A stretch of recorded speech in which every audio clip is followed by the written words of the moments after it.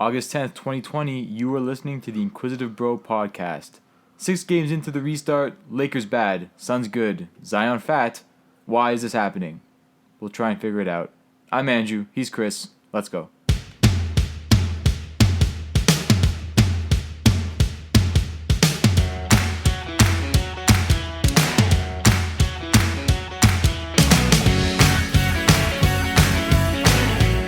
Okay, Andrew, so like you said in that intro, we're 6 games into the NBA restart, and the NBA is in full swing, and what are your thoughts so far? Very happy the basketball is back. 0 COVID cases, which is good. Bubbles going as planned. Things are going smoothly. We're on our way to the playoffs. So far, so good. Honestly, I think it's gone about as well as the NBA could have hoped, save for a couple bubble breaches, which we got a segment, for those listeners out there, we got a fun little segment at the end of this podcast about that. But yeah, otherwise, I think it's been going great. There's been really good basketball. New guys have been emerging. Shout out to TJ Warren. And who is hotter right now, TJ Warren or Damian Lillard? It depends on how you want to phrase that question. I suppose, like, relative to their general performance, has got to be TJ Warren. Because Dame just last night, August 9th, put up another 50-point game. That's his 10th of his career. TJ Warren isn't doing that throughout his career, but he's doing it now. Yeah, good time to step it up, I guess. Yeah, I wonder, and it'll be interesting about the Pacers. We can talk about the Pacers more in a bit, but it'll be interesting, the Pacers, what they want to do going forward if this TJ Warren emergence is for real, because he could always get buckets. Even when he was with Houston, there was always something he could do. He can score. And now that Sabonis is out, it creates more room for him to operate. And now it begs the question even more whether the Miles Turner Sabonis duo is something that is worthwhile to continue for the Indiana Pacers. We'll see how they do. I mean, it looks like that first round matchup is going to be against the Heat. They're playing the Heat right now. They're down 73-59, 3 minutes left in the third. Yes, we are taping this late Monday. What is it today? It's Monday, yeah. The days you just forget what day it is sometimes. It's Corona calendar these days. You don't really know. Days, weeks, months, they all kind of just blend. Monday, August 10th, and right now the Pacers are playing the Heat. They're getting spanked by the Heat right now. Okay, well. So point being, maybe TJ puts up good numbers for the rest of the season and the first round. Does that carry over into next year?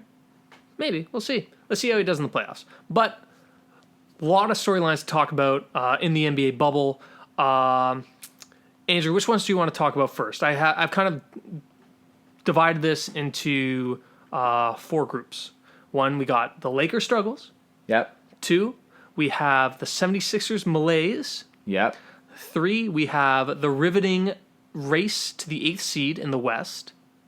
Yep. And 4, we just have other odds and ends. It's kind of like a bookend thing. Really, there's 3 topics plus just other observations you want to add, which could include TJ Warren, maybe how the Raptors are playing, how your general observations about the bubble are. What would you like to talk about first?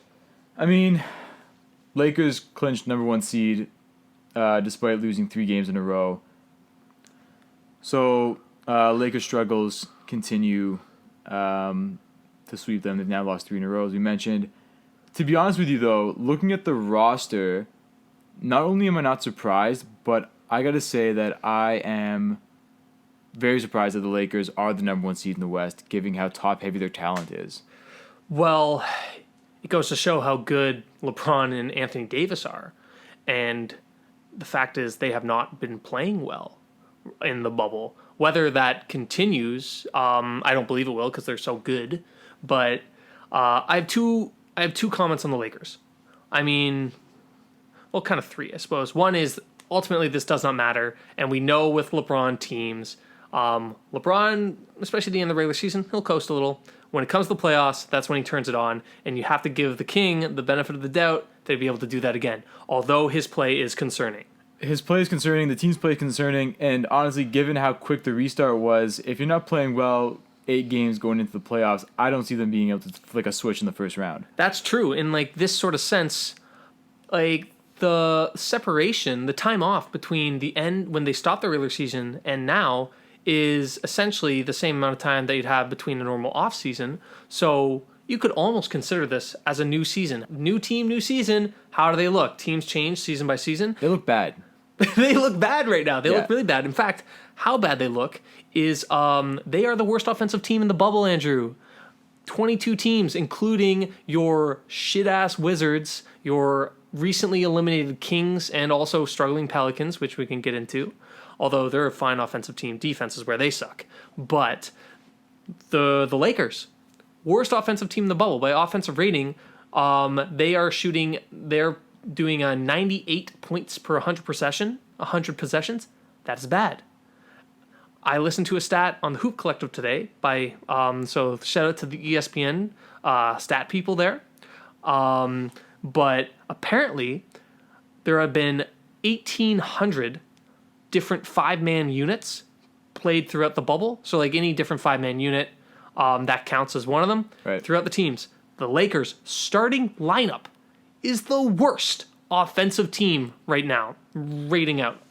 Obviously, I mean, there's some with small sample sizes, but whatever. It's the Lakers. They have LeBron, AD, and they're not playing That should well. be enough to get you out of last Yeah. in that stat. You would think so. But at the same time, that tells you how dire the situation is. Now, are the Lakers concerned? I don't know. Is LeBron concerned? I don't know. If I'm a Lakers fan, am I concerned? I am very concerned. Do you know who the first round matchup is going to be?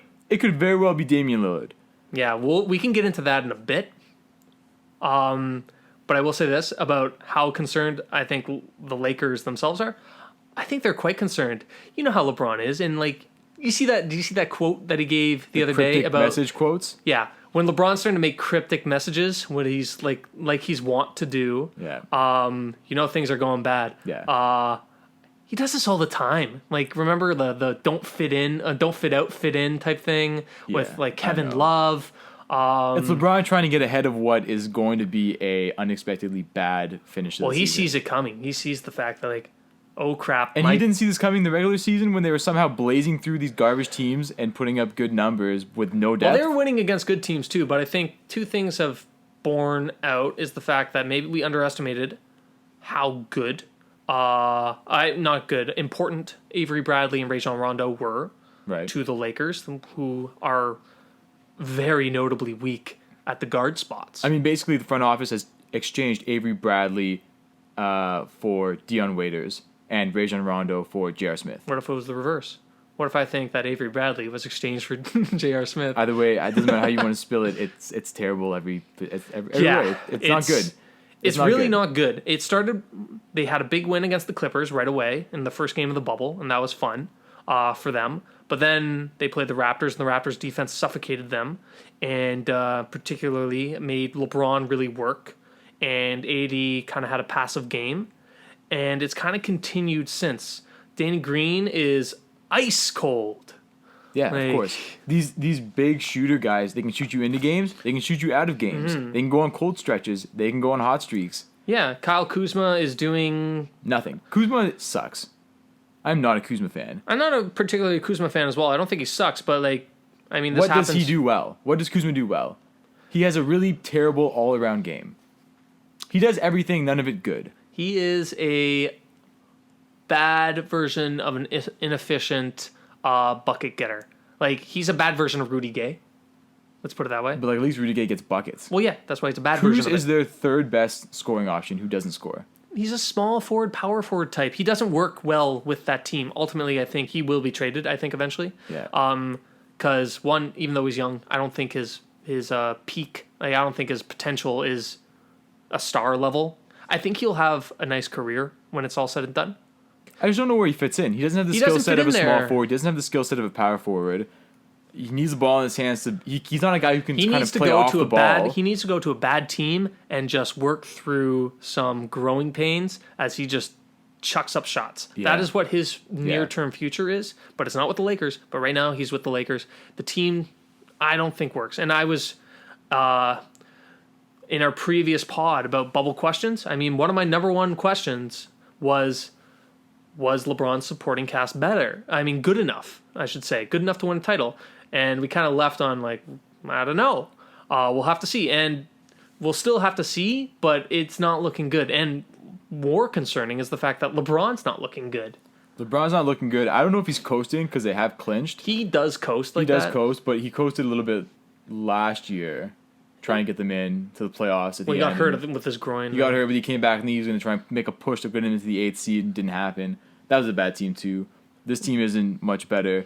Well, it's better in the fact that they have AD, and instead of missing the playoffs, they're first. I don't know how that happened though. I'm astonished that they're sitting in first right now, given their roster. Well, I mean, when you have AD and LeBron, that hides a lot of your mistakes. I guess. Danny Green, Dion, and JR are some of the streakiest shooters in the league. They could easily win you a game. They can win you a series, or they can blow the first round for you.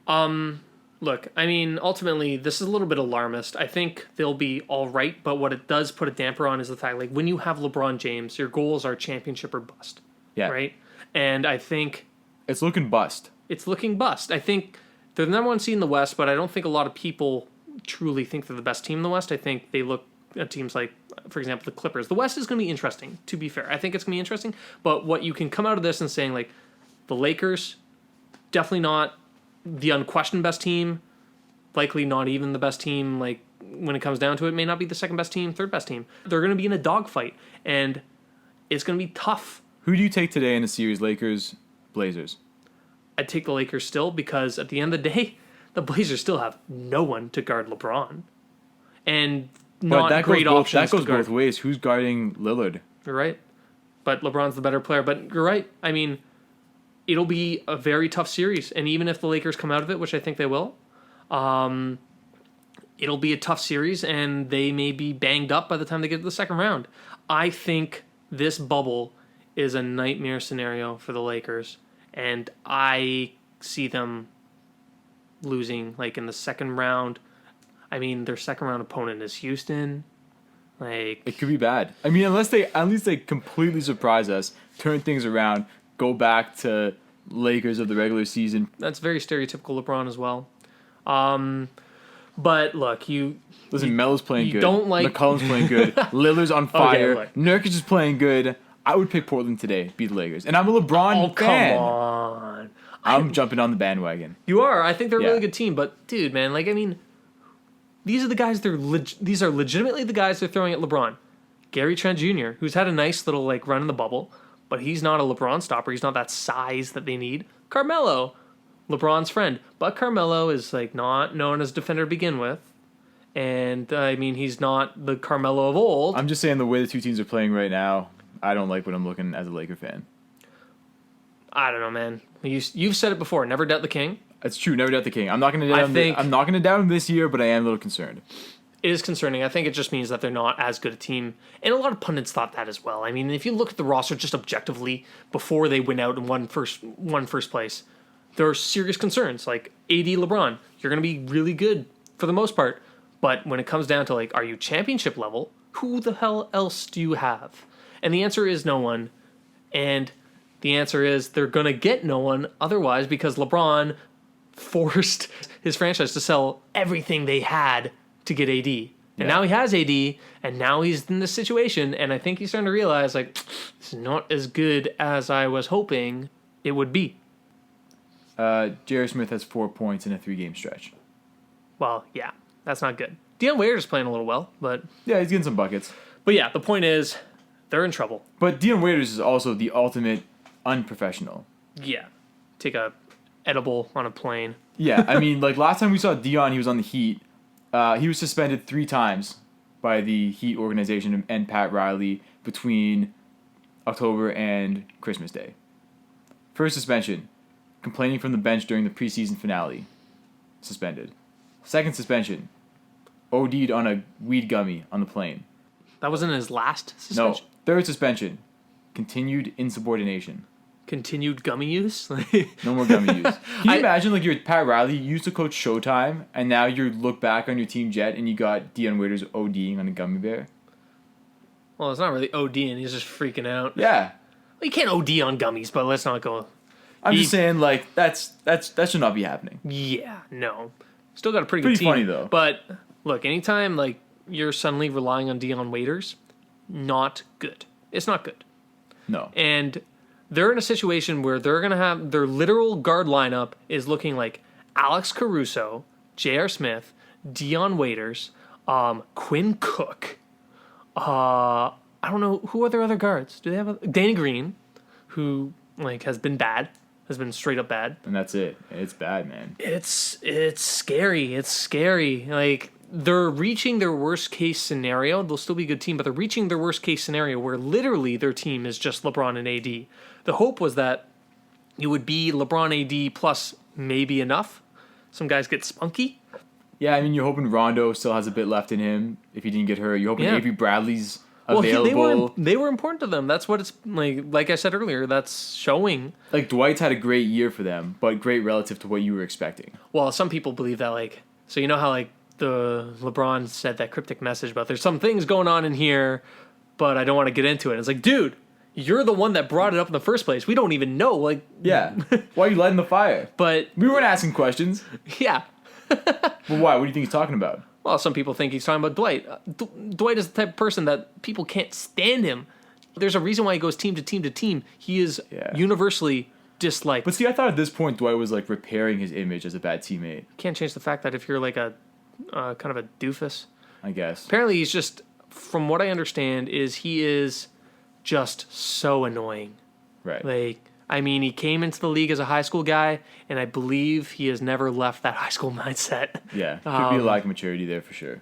Huge. Also, Dwight, low key, I don't know if you knew this, 10 children with 8 baby mamas. I did not know that. Yeah, that guy is paying a lot of child support.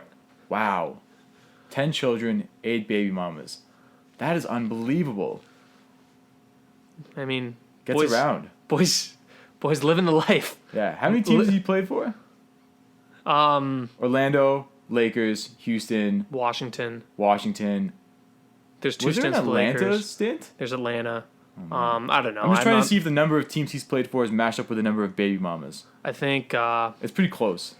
yeah, but I think most of them are Orlando. But yeah, look, it's not. Most of what are Orlando? Where the baby mamas are living? Yeah, this is what I spend my time doing. Man, this is some in-depth. I don't even know where I would go to find this stuff. Google. It's a great place. So if the Lakers were in trouble before, with Dwight and his 8 wives, they're definitely in trouble now. Yeah, I'm looking at a thing now that's talking about his baby mamas. It literally links. Oh my god, it gives them a number, number 1, number 2. Is this by rank or just by order that he met them? I don't know. When is this dated? I might have been off on this baby mama count. It's still pretty big. It says at 32, the NBA star is still unmarried. However, he is the father of at least 5 kids with 5 different women.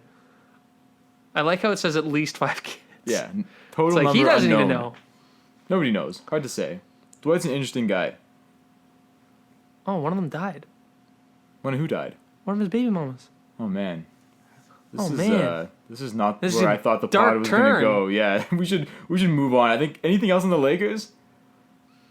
This is kind of a weird spot to end, but Yeah. Okay. It looks like I was wrong. It looks like he has 5 baby mamas. So that's still a good number. That's see, a I've reasonable checked 2 amount. sources now. 5 baby mamas. That's what they told me in high school. You got to check at least 2 sources to confirm Right. your. Right. Primary sources. Yeah. Okay. All right. What's next? I want to choose the next one, and I really want to talk about the 76ers and their malaise and how they're kind of fucked, because I personally find this amusing. Yeah, I mean, so this year's a write-off. Simmons' broken knee, just had surgery. He's done for the year. Mm-hmm. No way he's coming back. Embiid also is out with an ankle injury. Twisted his ankle last night, for those Out listening. indefinitely. So classic. yeah, but that's Joel not- that's classic not- Joel Embiid on the injury list. Yeah, but I mean, he's coming back. The point is that this is a team that has royally fucked up their roster construction. Talk about the process and then the end of the process, they fucked everything up. Now they have 0 assets really to trade other than their best players. Because once they got Elton Brand went on a trading spree and traded everything they had for Jimmy Butler, Tobias Harris. They had JJ Redick, and then they got rid of their best players. They signed Tobias Harris over Jimmy Butler. That was a mistake. They should have kept. No, but Jimmy was on his way out. He wanted nothing to do with that franchise. Well, no, but had they given him the full max, he would have. Think so? Yes. That's He made it pretty adamant that he was not happy with the effort around him. Well, I mean, I wouldn't be surprised. In fact, look, Joel Embiid's your best player. I mean, you can quibble if Ben Simmons is better, but most people think Joel is. But I don't think he's a very professional person. Embiid? Yeah. No, he's a clown. He is a clown. Yeah. But not only, I don't mind his on-court antics, to be honest. I kind of find them funny. Yeah. But you got to back it up. I think when you, But his numbers are good. yeah, but they're going down. First of all, his numbers are good, but you just don't see it. Like, why are you taking stupid threes all the time? He should be more dominant. He should be more dominant if he was more focused. I think there's some body language issues you see with it. I don't think people like him very much. I don't think I just from looking afar, I don't think he's a very well liked person on the team. And then like right away, like that team's got issues. Right away, first game, they talk about like they're moving Ben Simmons to 4, which I think is his future position anyway. Frankly, I think he's actually a 5. They got to get him out of Philly. I think he and Joel Embiid play the same position. I think Ben Simmons' future for real success is a playmaking 5. Let me ask you this, given what you just said. If Joel comes back and they have success without Simmons for the rest of the year, does that change what the Sixers do going forward with Simmons? I think they give it another run. I just think they do. And I think they try to maybe move off the Al Horford contract, which has not worked out. It was a poor decision from the get-go, in my opinion. But what if they just torch the playoffs? What if they just blow through 2-3 rounds with Embiid with no Simmons, and they just decide, come next year, we're going to ship Simmons off before the season starts? If they do that, they might consider it because the roster is poorly constructed. That's They what have very good I'm saying players. this gives an opportunity for the Sixers to really evaluate what this team looks like without Simmons on the court. That's true. They've had opportunities, but they've had opportunities in the past to evaluate how the team looks without either one of the stars. And the fact is that there is both stars flourish without the other, and team-wise, there's not really a drop-off, if any, because both of them, they're both tremendous talents, but they hinder each other because they don't mesh well. And the problem is they're still your best 2 assets, and you want to figure out what you want to do. Like, you can't just get rid of a guy to get rid of a guy, right? Right. Like, you have to find something that makes sense. But There's going to be a big market for Simmons. Yes, but what are you getting back? What are you getting back? Like, who is the guy? They need a guard. They need a guard, right? Like, that's what they really But I think need if for you a move shooter. Ben Simmons, you can get a couple shooters and a half-decent point guard. Maybe. Like, I don't know. Do you want to send... I don't really agree with, philosophically, with getting 4 quarters for $1, you know? Sending Ben Simmons away, the star, and getting some bit players who can shoot a bit. I don't know. It's a tough deal to make. The point is that they had put themselves in this scenario. Had they kept JJ Redick, had they kept Jimmy Butler, they would look a lot better because even if Ben Simmons, with his lack of shooting, he's still a tremendous defender. He's still tremendous in the open court, and you can use that talent better. He just wouldn't be putting up huge stats, but he'd still be a very important player on a good team. I don't know. I think this team there's some issues there. I don't think they have the right coach as well. I mean, I don't know why. Like, why is it that the fact that they haven't told Embiid, like, if you shoot another fucking 3 at the start of a shot clock, you're getting your ass off the court. Because he called their bluff. I would do it. You have to do it. I think you got to give that guy some tough love. One of the reasons why the Raptors beat them in the second round, for example, was Embiid would just chuck up these awful, brickish, 3-pointers. Like, yeah, man, you're 7'3", you're dominant inside. Shoot as many threes as you want. If you make 1 out of 5, that's fine. We'll live with that. Yeah. You know what's interesting, though, about Simmons and Embiid is that their ideal scenario is exactly the same, and yet they're such different players. Ideally, Simmons would be surrounded with shooters, as would Embiid. That's true. So Simmons could thrive in another They have to scenario give- where he's surrounded by shooters, and they could end up moving Simmons for a bunch of shooters, and they could both be better off without each other. That's true. Slightly different context. I think if you're building a team around Simmons, you want to mold it after current day Milwaukee. Simmons is kind of like a worse version of Giannis, right? Big, tall Right. guy, can handle a bit. Isn't a great shooter. Giannis is a better shooter than Simmons, obviously, but good playmaker, and he can score in the open transition and generally physically dominant, and also good defensive player. Embiid is more like 09, those Magic teams with Dwight Howard, right? But both surround him with shooting. That's what you got to do. And I think neither one is best served being on that team, and I think ultimately their future is apart from each other. I'm just wondering if that happens sooner rather than later, if the Sixers actually finish the season off half decent. I don't know. Listen, if Simmons comes back next season, If it was me, you're getting the exact same result. If it was me, I would be willing to make a big move, Yeah, I think so right away too. next year. But I don't know how willing the front office would be for that. But it's painfully obvious to any NBA fan to know that this team, despite its talent on paper, doesn't work in practice. It is not the sum of its parts, and it needs a rejig. Miami, Indiana, and Philly are only separated by a game. It's embarrassing and despicable. It's very unacceptable, the fact that like the 76ers are worse than Indiana, and not only still worse than Indiana. Everyone thought like Indiana lost Domantas Sabonis, one of their best players. Like, oh yo, like Philly's gonna probably take them and then take on the Heat in the 4-5 seed. Nope. 76ers just gonna keep being a train wreck. Although they're very fun to watch just from the outside, like fighting first game, all this malaise. I don't know. It's funny to watch a team kind of be a train wreck, but at the same time, they have a lot of good basketball players, and I hope that they kind of get free of themselves. You know? As much as they're struggling, and now with Simmons going down, that's going to be another big hurdle. It's not a great matchup for the Celtics in that first round. Well, yeah, okay, because the Celtics lost their Embiid stopper, which was Al Horford, who's now on the 76ers. That's what I'm saying. As bad as this looks for Philly, landing Boston might be their best chance at getting through the first round. Maybe. I mean, I texted you this, for those listening. I texted Andrew this when Ben Simmons went down, and I said, like, I don't think this drastically changes their outlook in the bubble right now. Right. Because I never saw them as a championship contender, even at the start of the season when a lot of pundits were, like, proclaiming them as a potential finals contender. Like, give me a fucking break. These guys can't shoot.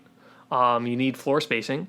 And now, without Simmons, you can just go full bore with Embiid at the 5. Give that man the ball down low, if he stays down low. Yeah. And just surround him with like some of your more skilled players. With more touches, Tobias is very able to handle the offensive load. He can be a good second fiddle, like a solid second fiddle, but mostly it's let that big man eat. Like I can foresee a scenario where no one in Boston can take Embiid at all.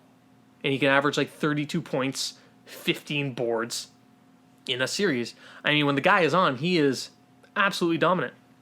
Absolutely. But I think he drifts in and out, and I don't like the consistency. I don't like his general level of competitiveness on a day-to-day basis. He's also very injury prone. Yeah, he's been pretty good recently, though, right? Like, I mean, other than the sprained ankle. Recently, other than yesterday. Sprained ankles happen. I'm talking about, like, what you're really concerned about is foot injuries and knee injuries, which he's had in the past, and he has not had those in recent seasons. But yeah, look, if you're a 76ers fan, this is a very disappointing team, and they aren't going anywhere far anytime soon. But I thought we were supposed to trust the process. Well, the process is done.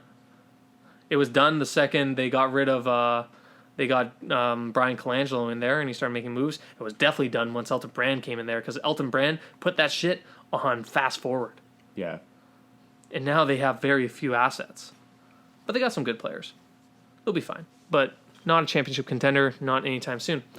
Okay, Andrew, so let's switch to what is probably the most interesting storyline of the bubble, considering that most playoff teams have already locked up their seeds, and a lot of the playoff matchups are kind of preset. But this is the race to the 8th seed in the West.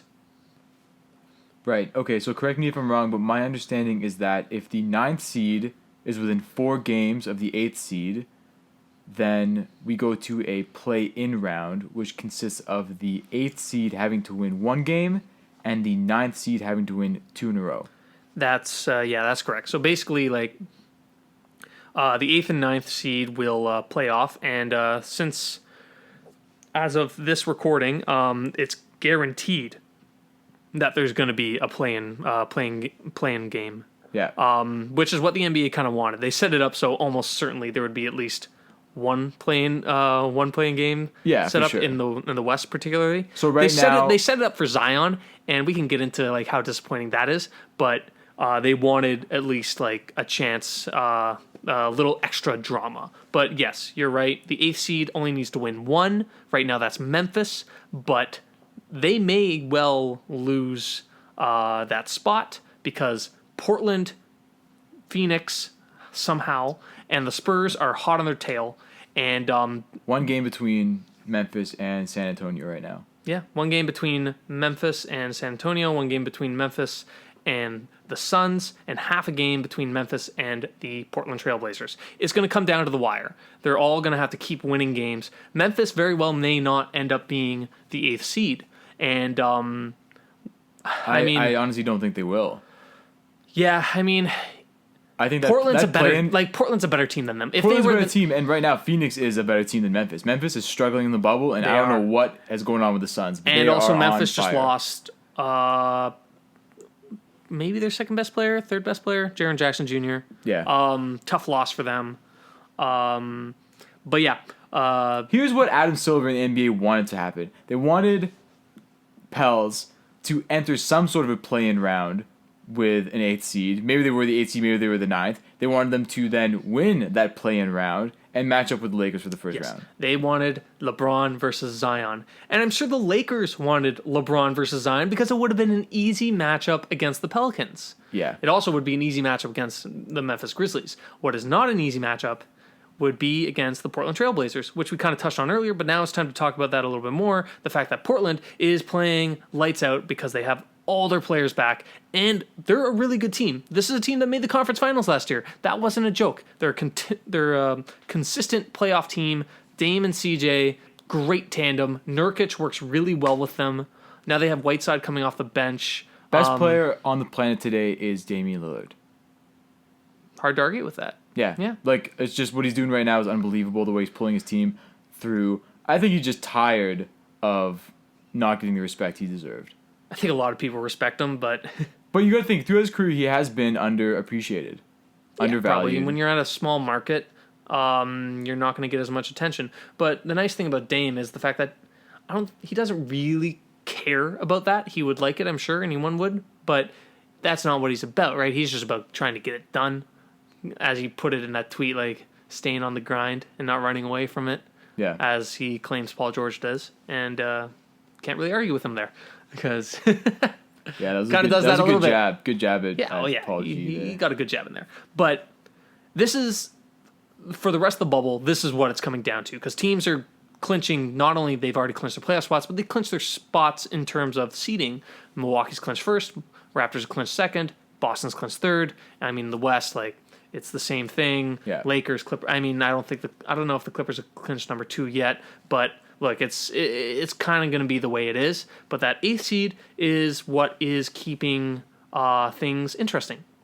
And I mean, there's a lot of storylines here. We just touched on the excitement that is Portland's run back to the playoffs, and I think they will. Frankly, I think it's going to be Portland that does do it. They're the best team out of those by far, and they have all the momentum.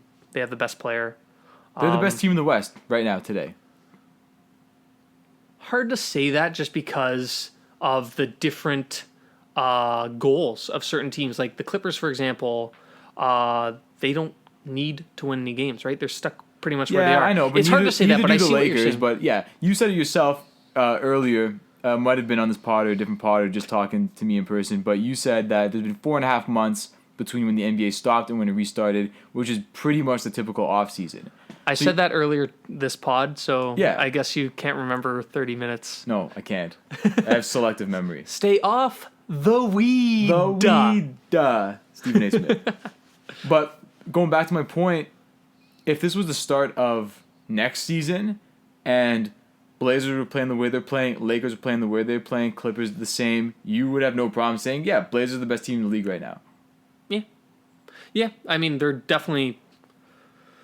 they've showed out in their games. And they've had to, though. Like, they were coming back, like, they were so behind the 8 ball.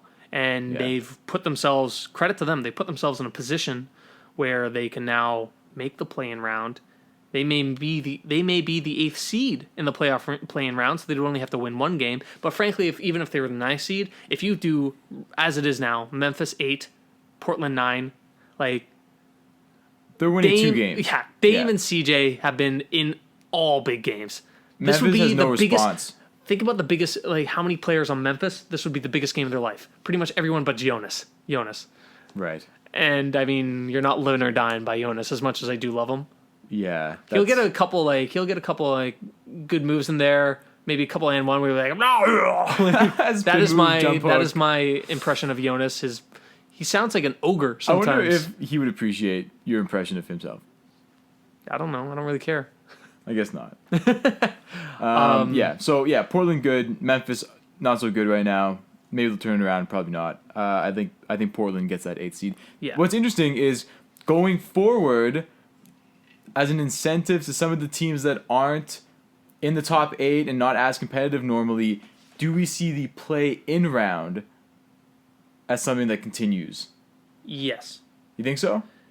I think in these types of things, if you look through like league histories, expanded playoffs, for example, in a lot of different sports, when they try to do these things, typically it creates extra buzz and they just keep it. I mean, you look at like baseball is a very poignant example. They're very reticent to expand their playoffs, but then they did the wild card games, and those 1-game wild card games, suddenly like, oh my god, everyone's tuning in. These are super exciting. They're going to do the same thing. And often the separation between the 8th and 9th seed is very small, and they're both kind of crummy teams anyway. Screw it. Just add a little extra excitement. I think it stays. I think it stays too, and honestly, I'm not sure if it's going to look the exact same next year. Like, I don't think I bet they. I think they can incorporate like the 9th, 10th, maybe the 11th seed, stagger them out, right? Make the 11th, make it more challenging to get in, but you got to keep them engaged. That'll stop your tanking problem. A little bit, yeah. I think the most they'll do with those playing rounds, I could see the bottom 2 seeds being up for grabs. Sure. But yeah, I think this is here to stay. More games, more money. Exactly. Everybody likes it. Suddenly, incentivize the players in this bad is team. an extra nationally televised game. It's extra playoff games. It's an extra playoff round. Essentially, yeah. Yeah. I see it staying, especially because I do believe it's going to get good reception from fans. What's not to like? More really contentious like games. I mean, Right. Plus, it makes the final games of the regular season more important because say you are the 10th seed, but you've been playing great basketball leading up through April. All of a sudden, you're playing great basketball against the 1 seed. You have a better shot than maybe the 8th seed who started hot and kind of faded near the end. I mean, if we're talking about stopping tanking, my favorite idea is the quote unquote gold plan. Have you ever heard of this? This sounds familiar. Basically, the idea is starting at the time that your team is eliminated from the playoffs, right. how many wins you have from there. But doesn't that just incentivize you to lose quickly? Why would you want to do that, though, if you have a Because good if team? you lose quickly, then you have more games to try and win more games. Okay, yeah, but, I mean, teams are trying to lose...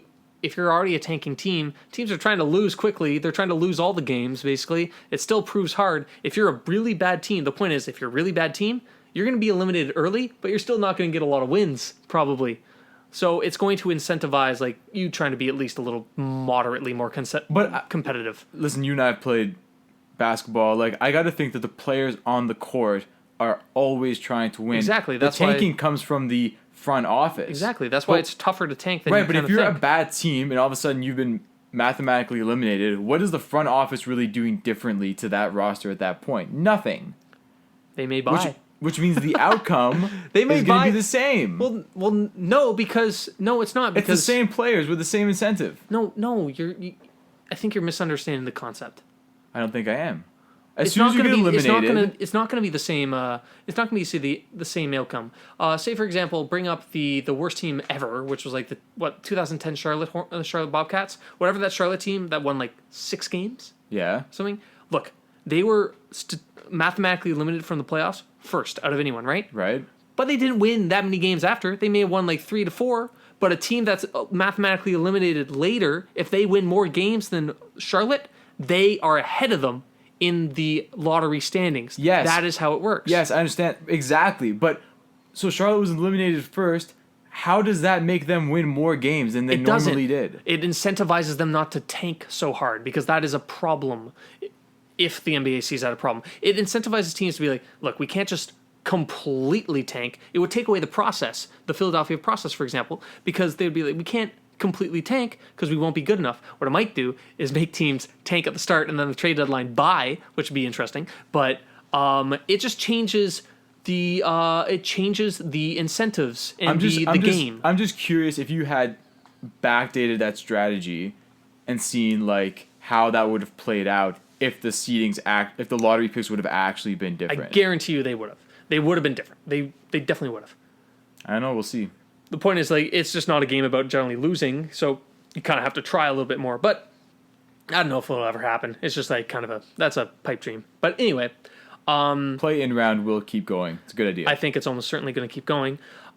Speaking of the play-in round, so we kind of touched on this a little bit, and I'll give you a chance to rant a little bit, Andrew, because I think... I don't even know what you're about to let me rant about. Well, when I say it, I think you're going to be ready to rant, and that is that this play-in round was set up for the Pelicans and really set up for Zion Williamson, who has shown up to the bubble looking like the Pillsbury Doughboy. Zion is on a minutes restriction. He is in early 20s on a minutes restriction. Early 20s. He is 20. That is Right. as early 20s as Yes, you get. yes. He is at the cusp of the beginning of his early 20s. What is the issue? Well, he showed up once again out of shape, overweight. Put those two things together, injury prone. They put him on a minutes restriction because he didn't have the stamina to keep up later in the game. Don't you play? It's not just the stamina. It's the fact, I mean, to be slightly fair to him, it's not just the stamina. Like, I think he has decent stamina, but it's the fact that he's way too heavy, which doesn't give him too much But credit. I think that's a circle. I think he It's- has no stamina because he's way too heavy, because he's out of shape, which means he's on the minutes restriction. Andrew, if you were a first overall pick and you Would had you be a professional and would I have a six-pack and would I be in great shape? Yes. Yes to all of your questions. for those listeners out there, Andrew actually right now just has a six-pack for no reason other than he likes it. Yeah, I'm not even a professional athlete. That's not even- that's I not- like the general well-being of my health is important to me. That's not even a joke. This guy somehow managed to stay real lean. If he was a first overall pick, I would look like I'd be very professional. yeah, he would look very professional. Professional athletes, I think at the bare minimum, you have to show up in shape. You have. What do you mean first overall picks? I think at the bare minimum, if you're a professional athlete, you should show up in shape. Yeah, I Like, mean, you have everything at your disposal: training facilities, nutritionists, team cooks. There is no reason for you not to have a picturesque body coming to the NBA. you should look season. like an Adonis. You should look like Andre Iguodala. Yeah, as much as you could. Everyone has different bodies. I mean, Zion's not. He'll never look like Andre Iguodala because he's going to have a thicker lower half. But even he's Charles- always going to have a large waist. But look, there's no six pack underneath. Like, there's no six pack underneath that jersey. I guarantee you, if you sat a little bit, there's going to be some rolls. Like 6'6", 285. He's the third heaviest player in the league at 6'6". Vince Carter was 6'6". is he 285? I assure you. I don't know what Vince Carter weighs. Vince Carter, if you were listening, I'm a big fan. But also, call us in with your weight. I don't know what it is, and I'm not going to look it Well, up. you know what? Vince Carter definitely stayed in shape because he managed to play till he was 42. I mean, he's the ultimate journeyman. Yeah. 4 decades, 22 seasons. If Zion stays the way he is right now, guess when he's not playing to? He is not playing till he's 42. he he's might not play till he's like 32. he might not play till he's He 22. might not make 22. Yeah, like 284 jumping the way he does. How many plays away from blowing his knee is he? I know it's scary. It's scary in the sense that like he is obviously so athletic, and it's scary where his body is going, because one thing about these NBA players when you draft them young is you project where the body's going to go, but guys, I mean, you develop as in your 20s and your body can change. Some guys might become more heavy set. Some guys may continue in their leanness. But one thing is for sure, whether you're an athlete or you're just average Joe, it does not become easier to get in shape as you age. No, and Zion, like, it's painfully obvious. Zion's the type of person, I think body weight's going to be a struggle for him his entire career because he's clearly someone who just very easily puts on mass. And Yeah. not good mass. Not good for basketball mass. Maybe Right. good for football if he was a defensive lineman. Yeah, exactly. I mean, but he will have to work hard at this. And when he's retired, he can go on TNT and like blow up like a balloon, like guys Sir like Charles. Sir Charles and Shaq do, and then maybe Yeah. go on your But become a weight loss spokesperson for a little bit and lose some weight. Yeah. But the point is, during your playing career, this is very clearly going to have to be an issue that is monitored for him for a while until he proves that he can manage his weight. And I don't know if he's the type of guy that can, because if you look at his body, like he packs on pounds quick. He's got those really thick thighs, Yeah. really wide waist, big ass. Like, he is gonna keep the weight on. You just need to make sure that he can be as lean as possible. You need to put him on a strict diet. I don't know what he was eating during the quarantine, Oh, but everything. I guarantee He you it was was not a eating lot everything. of carrots and celery. Yeah, dude, he ate everything he saw in quarantine. Yeah. Like, it's unbelievable. And, like, in all seriousness, it makes me a little bit upset because you look at the opportunity that has been given to this kid. And obviously he worked hard to get where he was. He's very talented, and I get all that. Mm-hmm. But a lot of luck goes into making it as a professional athlete. Yeah. And a lot of help from outside, whether it's family or friends or coaches, that gets you through to this moment. I expect a certain level of professionalism from somebody in his position getting paid to do what he's doing. And it just upsets me because can you imagine Jordan, LeBron, Kobe coming in to a season looking 30, 40, 50 pounds overweight? Well, I mean, we all know how much work LeBron puts in the gym because he's posting it all over the internet. And we know Kobe's a gym rat, but I bring it back to Jordan, for example. I mean, I think the vast majority of NBA fans and people that would be listening to this probably saw The Last Dance. You saw The Last Dance, Andrew. I saw a lot. I watched it multiple times. Some of those behind the scenes stuff, Jordan was ripped. That boy was shredded. Dude, Jordan in the 98 season was still looking lean and mean. Was he 36? Yeah, like 36-year-old Jordan or something? Yeah, man. Mean. But at the same time, I'm not giving MJ any props. You are a professional athlete. I expect that from you. Yeah. That is the bare minimum. Yeah, that's literally in any career you go for, any track of life, there's some good and bad. There's some sacrifices you have to make.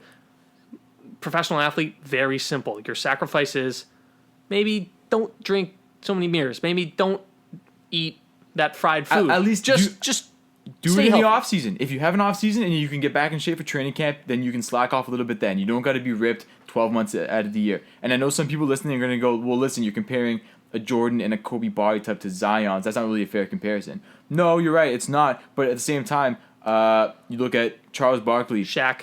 Into shape. Young Shaq. Shaq. Mean, this is still young Zion, right? Young Shaq was ripped. Yeah, young totally. Charles Barkley, which I think is actually another very good body comparison to Zion. Yeah. Young Charles Barkley. Six-pack. Yeah, totally. He looked lean. And listen, he still had that large frame, but he was lean up top. It was not easy. Charles came in out of shape. He came in from college out of shape. And his coach at the time said, listen, man, you got to get into playing weight. Yeah. And he went out and did it. Yeah. I think a lot of this comes down to immaturity. Just he is a 20-year-old coming into a lot of money, just starting to learn the ropes of the NBA, and I think a lot of people are at him, and he's got a lot of opportunities that not a lot of other people have. And I think this quarantine has done him a disservice, or has not allowed the Pelicans to be as on top of him as they would like. I think in a normal scenario, if I was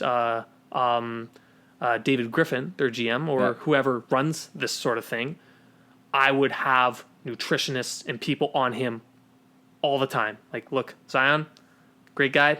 We're taking care of your meals and your training regimen. You just do it, and we'll make sure that you're all right. And we'll know if you're not doing it, because losing weight is not rocket science. Mm-hmm. Calories in, calories out. If you're eating something you shouldn't be, we're going to know. Yeah. Well, it's like, I mean, I wonder how he'd be had somehow Miami gotten the first overall pick. I'm sure you're aware of this, but Miami, out of all the teams, is the most meticulous about training and how in shape their players are. They take body fat percentages on weekly bases, like by daily bases. Right. Like James Johnson was sat out parts of seasons when he came back because he was out of shape, and you're like, you have too much body fat. You can't play. It comes down a little bit to professionalism, and there's a certain level of health that we expect from you. If Zion was on that team, this would not fly. This would not have flown at all. Yeah. And New Orleans, a little bit more not known as good, well-run a franchise, and in their own way, they're kind of letting him know that, like, this is not good, Zion. Don't the Pelicans and the Saints share ownership? I don't know. I'll look it up, but I'm pretty sure that it's the same, because I remember for a long time, like, they were sharing certain training facilities. Maybe. I mean, they live in the same city, but go on. Finish your point. I assume you had a point with that. I think I did have a point with that. Sorry. That point was on to your point that, they're sort of a younger franchise, not run as well as a more established Miami Heat. Not as established front office. I mean, Pat Riley's been around, so he's keeping a tight ship over there. Now that we're on Zion, before we leave, something else I want to talk to you about. Even in the quarantine, obviously his minutes were low. but his numbers were still pretty good. Well, he's still a tremendous talent. Tremendous talent, but at the same time, Pels weren't winning games. Even in the games when he did get out there and put up good numbers, they weren't winning games. Well, and based on that roster that they had, I think they underachieved. Maybe. Not just during the bubble, but even during the regular season before we quit. Really? I don't know. I mean, Lonzo's had a bad bubble, but he was doing okay in the regular season. yeah. Better than his Lakers days. I think- Ingram's having a breakout season. Like, I just think they had a good young core, which in the West should have been better than the 10th, Well, 11th seed. Let's put it this way. The West is still exceptionally tough. Young core, right? Young players are prone to inconsistency, and although they show flashes, they're not there yet. There's a reason why a lot of veterans are... But if you go lineup On for good lineup, I teams. would have picked their lineup over Memphis. Sure, okay. Yeah, but Memphis is sitting, and I love Jay Morant. Love him. John Morant's great. Like, he's going to be unbelievable going forward. But maybe you're underrating guys like, Brandon Clark, who's looked really good. Am I underrating Brandon Clark, though? Like, is that really I don't know. what's- They're both young. Rosters. But one has shown out over the other. Now, frankly, also a lot has to be said about the fact that Zion missed the vast majority of the season. So had he been there the entire time, Phoenix. Maybe. The Pelicans probably look a lot better. So that has to play with it a lot. So the point I'm trying to make is that although the sample size is really small, and I get it, it's super premature and totally unfair to do this, but I'm going to ask it anyway because we're talking about it. Is Zion on his way to being an empty stats guy? No, I don't Okay. believe so. Way too early to say. I know, but I figured I'd put it out there because like the small But he's sample not size putting that up we've big had, enough. It's not like he's putting up 30 points and stuff, and they're still Do you know losing. why he's not putting up 30 points though? Because he's not getting the minutes. He Well, put yeah. up he goes like 10 of 12 for 20 points. He did had that, that stat line once like or twice. He had some 2 bad days games. ago. Look, too early to tell. Come back to me after his second full his first full season. Hopefully he's in shape. If he comes back next year and he's out of shape again and it's not looking good, then we can discuss. But do you honestly think there's going to be a time when you see him and go, "Wow, he looks great"? Yes, I do. I think he will always have the same body type. I don't see a change going for this guy. Well, he's gained weight from his Duke days and he's gained weight from his high school days. Well, I know he's got no problem gaining weight. I'm saying, do you see it going the other way? But what I'm saying is that he was there at one point. I just think that no more kitty gloves. Just I guess. time to be tough. Some tough love for Zion for once. Sure. And I think the franchise is going to tell him it's time to take it seriously. And frankly, he may take it seriously. Sometimes criticism can really light a fire under someone's butt. I'm sure he's a very competitive guy. I'm sure. It's hard not he can't be happy with where his body is right now. No, and I'm sure he's not loving the hate that he's getting across national No TV one likes to be either. hated. James Harden, for example, legendarily poor defensive player. Actually, there was a stretch where he started playing better, and a lot of people on the insiders, you read some media guys or listen to some media guys on their own podcasts, would characterize it that their theory is that he got ripped so hard online. You see those things where those clips of James Harden controller lost batteries, Yeah, where he's yeah, just yeah. forgetting about guys. Yeah. He got ripped so hard. He's like, well, shit. I gotta start defending because this is Totally. ridiculous. Man, you and I and everybody listening and everybody out there, we're all on social media. We're seeing these memes and the jokes made about these guys. These guys are in our age group. They're seeing the same thing we're seeing. Well, they're seeing it even more because no one's taking videos of me. But if I knew people were taking videos of me, I might want to look and see what people are saying about me. Yeah. Yeah. These guys see, I guarantee you, the vast majority of these guys see the good and the bad. They They see it all all. the shit that's talking about them. Absolutely. Yeah, So we'll so- see. Listen, if Zion shows up looking I don't know, looking lean, mean, what is his play? What, 230? No, he can't get down. 245? I would like to see him get down. What did he weigh in Duke? Whatever he wore, I think 250, 260. Look, he's a big guy. He's always going to be a big boy. Yeah. But 285 is too much. Let's get it down. He could definitely lose 20 pounds easy. Frankly, I think, go for a fucking walk, and he would shed some weight. Or lose the minutes restriction. Well, no, but you don't want to hurt him, right? It's you heavy pounding on his knees, right? Go for a walk, eat some carrots. like that Bill Burr thing talking about fat shaming. Like, go for a walk, eat an apple. You ate your way in. You can walk your way out. That's great. I love Bill Burr. Yeah. Well, I think Walk Your Way Out was the name of that special. No, it wasn't the name of that special. No? No. Wasn't Walk Your Way Out? No. No. All right, I can look that up. Yeah, Bill Burr, maybe the best stand-up Okay, I've ever well, seen. Do you want to talk about the Spurs at all? I mean, they're in that as well. Or the Suns. Suns are playing great. There's nothing more to say. They're 6-0. They could go. I guess there's only 2 more regular season games left. They could lose them both by a Devin million Booker points. looking good, but all NBA fans knew he was pretty good already. Just before we move on from Zion, I'm reading an article from the Washington Post. It says Zion Williamson says he gained 100 pounds in 2 years. He says When he was was this 175 freshman year. In high school. Yeah. Well, okay, big boy. Jeez, good for him. I don't know.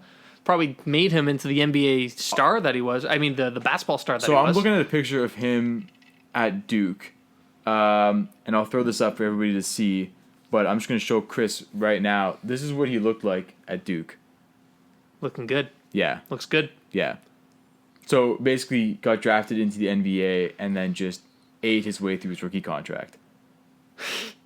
His way already through his rookie contract. Yeah, coach, I'm out of money. I'm already three years Yeah. of first overall money in the hole. McFlurries. Yeah. Like some. Anyway, Well, I don't know what he eats, but I guess I am rooting for him though. yeah. Seems like a good kid. Don't know what he eats, but I guarantee you there's probably a lot of stuff he could easily take out of that diet there. Yeah. I don't want to talk. So I don't want to talk about the Spurs. I don't think they're going to make it in. No, good for DeMar for playing well. He had but a good Spurs, season. Yeah, I think this actually time is up for the Spurs. Is basically what I think. Spurs So, made the playoffs last year, Yeah, they did. so this ends the streak. Yep. 22 years. Something I don't know. Yeah.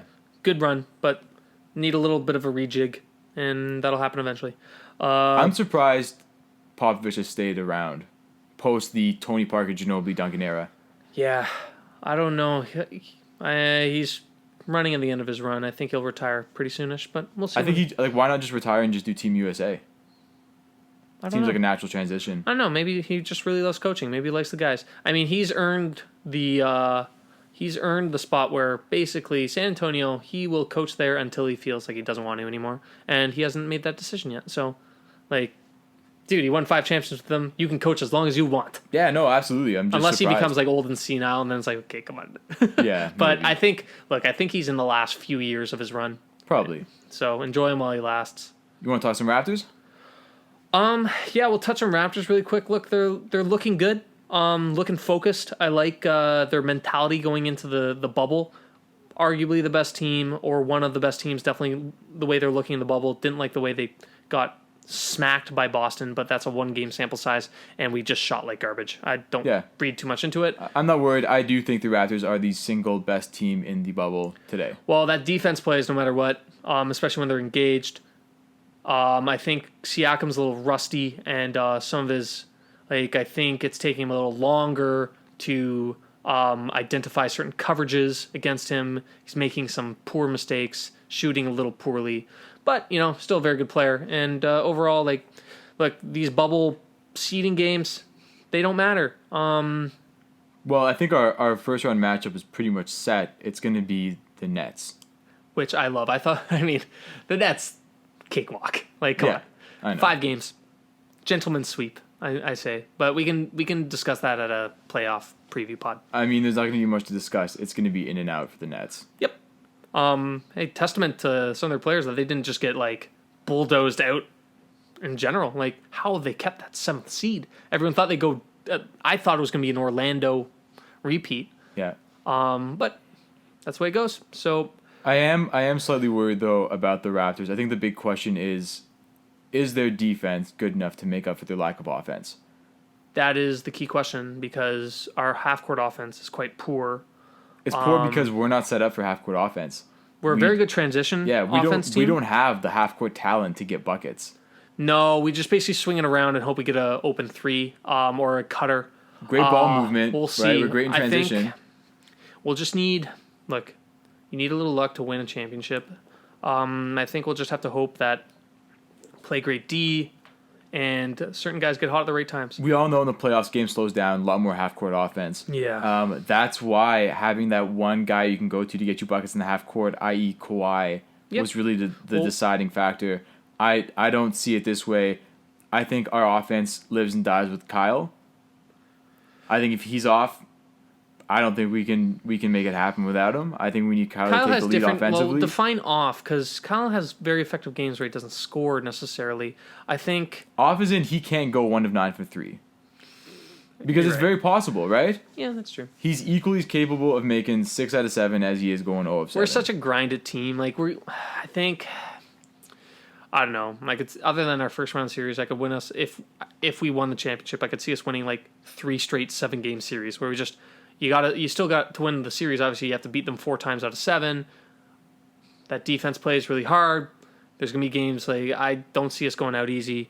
We'll see. It just depends on whether guys like can make shots, whether we find advantageous matchups. We know Nick Nurse he's not showing his cards in this bubble. No. I mean, against Boston, we did get smacked, but Nick Nurse isn't showing his tricks. No, He's not worried. he's not letting Brad Stevens know what he's got up his sleeve. Same thing with the Bucks. They're not going to show their cards. That's the thing about going into a series. That's when you really decide like the matchups and everything. And the nice thing about Toronto is that, especially defensively, we got multiple guys to throw at anything you have.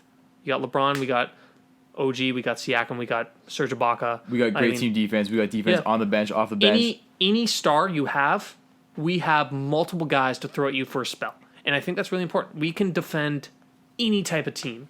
And offensively, I think we're good enough. And we know our guys. Like, they've been together for a little bit now. There will be more to say on the Raptors as the playoffs go through. Yeah, They're this gonna is be around not for a when... while.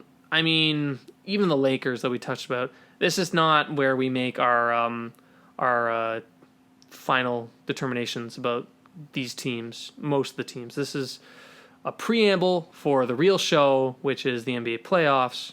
Which will start soon enough. Yeah, by I think it's like the end of this week. I mean, most teams only have a couple regular season games Yeah. left anyway. Yep, it's getting down to the wire, and playoffs are coming soon, so that's nice. Okay, so to finish off this pod, this little exercise we did, because some of the players have decided that it's a good idea, some by accident, some definitely on purpose, to break quarantine. We've decided to do a little fun game. We're given reasons, some good reasons, why an NBA player may want to break quarantine. But first, Andrew, you want to go on a little rant as well. Yeah, so I'm going to set this up. Since the NBA players entered the bubble, 3 guys have already managed to break quarantine. We got, is it Rashawn Holmes? Rashawn, yeah. Rashawn? Yeah, this Rashawn. Yeah, Rashawn Holmes. This guy makes national news by breaking quarantine. I don't know how to pronounce his name. That's okay. But anyway, this guy crossed some imaginary boundary to pick up some Uber Eats. So I'm sure he broke quarantine. I'm sure it's a lot more noticeable than imaginary. Well, yeah, I mean, his apology was pretty funny. Like, I don't think Adam Silver drew the line in chalk. Like, I think you He have to should make- have. Could you imagine? Yeah, this is the line. Nobody pass it. He spent the entire he's been spending months just drawing around the. Well, let me tell you how long that would take. So you're not leaving this bubble by accident, and the reason that is because do you know how big Disney World is? Well, it's huge. I don't have a good idea where the NBA players are in it, but It's okay. Disney World itself, 100 square kilometers. oh wow. That's here to Barrie, and then across to Peterborough. That is just Disney World. You're not stumbling out of that by accident. Okay? You're either you gotta get in a car, you gotta drive out of there. You don't end up like 2 miles outside the bubble, like, I'm not in there anymore. Okay, but why would Rashawn Holmes drive somewhere? He was getting like an Uber Eats type thing. Like, But they can't come in the bubble, right? So he went oh outside. my god. It's so ridiculous. he got him as close to possible as the bubble, and then he came outside to get his wings. Right, broke quarantine. Wow. Okay. Anyway, Ridiculous. Anyway, Moving on. next one, former Raptor, Bruno Caboclo. This was pretty funny. Houston arrived in the bubble on the 13th of July. By the 15th, Bruno had already broken quarantine. Quote from Chris Vernon from the Ringer NBA show. He says, I have friends that are still friends with Bruno from his time in Memphis. He was hungry and he left his room to ask about getting more food. He went downstairs and asked about how he could get more food instead of calling from his room. And the people downstairs were like, what are you doing? You just broke quarantine. That's how Wow. Bruno found out that he was not supposed to be out of his room. Oh, because they had just gone in, they had the bubble for a bit. 10 days. 10 days in your room. Okay. Didn't do Hey, it. I'm a hungry man. Like, I can kind of understand that. But honestly, like, But pretty I'm hungry for sure- a guy that only played 200 minutes of garbage time basketball. He's a big guy anyway. Worked up quite an appetite for sitting on the bench for 50 games. You'd be surprised at the appetite I work up for someone who's been, like, sitting at home for the last few months in quarantine. Bruno Caboclo, But- most notably known for being 2 years away from being 2 years away. Yeah. How many And- years away is he now? He's He's like 2 years after that 4-year Yeah, he's time arrived. frame. He's arrived, if you didn't know. How's that looking? Okay, well, and there's one more. One that you more. wanna talk about. As many of you know, because it made some pretty big headlines, Lou Williams was excused to leave the bubble for a funeral for a lifelong mentor in Atlanta. On his way back, he made an unscheduled stop at Magic City. Well, you know, you gotta pour one out for the guy at a gentleman's club, right? I guess some people just grieve a little quicker than others. I would say grieve a little different than others. Maybe Look. he's just consoling the soul. Some people wipe their tears in Kleenex and Kleenex others and wipe others in them titties. in. Go ahead, I'll let you finish this. Well, I said it. What'd you say? Titties. Yeah, titties. Yeah, I just didn't know if this was a pod that would say the word titties. this is now. It is now. I guess we've crossed that boundary. Yeah. This pod is all about crossing boundaries. Yeah, exactly. Did you have anything more to say about that? Like, Or or just running it down? pretty funny. It's hilarious. So out of these three players, it got me thinking, what are some fictional reasons that are worth leaving the bubble, breaking quarantine, getting blasted on social media, having to quarantine your room for 10 days, costing your team games? Yeah. What are the reasons worth going out? Okay, this is your segment. You go first. I call this segment Escaping the Bubble. Because I believe it'll be a reoccurring segment. Because I don't think this is the last we've heard of people breaking quarantine. Okay, yeah, but fair enough. First, Give me your reasons. First reason to leave quarantine, you're in the wrong bubble. 264 players were invited to the bubble. I have to think at least one of them went to Disneyland. Yeah, the LA guy's like, oh shit, in my own backyard? Yeah, this is Fuck awesome. yeah. Yeah, I'll just drive over. That is reason number one. It's got to happen. It must have happened to somebody. Reason number two, you're a member of the Washington Wizards. If you're the Wizards and you're in the bubble, you can just go. There's Just go. really no need to stay. Just go and stay gone. Yeah. You're free now. I mean, I feel bad for the Wizards guys. Like, they were 24-40 before getting there. Now they're 24-46. It's hilarious because by winning percentage, they've actually dropped below Charlotte, who wasn't even invited to the bubble. So technically, Charlotte's got the 9th seed now. I don't know if I feel bad for the current Wizards because I mean, other than the fact that they're NBA players and they make a lot of money, but if you're talking about just like for people who play sports, I remember like I was never very good at hockey, and I remember when I was playing house league, when the select players had tournaments on the select teams and they were gone. Yeah. I was always like, oh boy, I'm gonna get so much run now because like all the really good players are gone, and now it's just us like scrubs, and I was one of the better scrubs. Right. Don't mind tooting my own horn. Yeah. But I was a good scrub. And so now I get a lot more play. Fun games. Didn't really care if we won. You think the Wizards These are are having these fun? players right now. 100%. You're putting up points, getting some notice. There's Maybe no some fans. No one's watching the Wizards games. people are like, I don't know, maybe making like get a 20-point game. People are starting to follow you a little bit more on Instagram. You started like DMing some chicks. Like now you got a little more cred. DM chicks that you can't see until you escape the bubble. Well, there's one of my reasons to escape the bubble. All right, let's jump to you. Point number 3. Why would you escape the bubble? To see your side chicks. Right. Look, if you can get out of the bubble by talking about like a mentor passing away, then you go to a gentleman's club, then I think you can make up some reasons to leave the bubble. Everyone knows you can't see your family, so you can't see your wife or your girlfriend, and some of these guys are single, but some of these guys are not, but you could see your side chick. I mean, just keep it on the DL. You already kept it on the DL to begin with. Keep it That's it true. going. Yeah.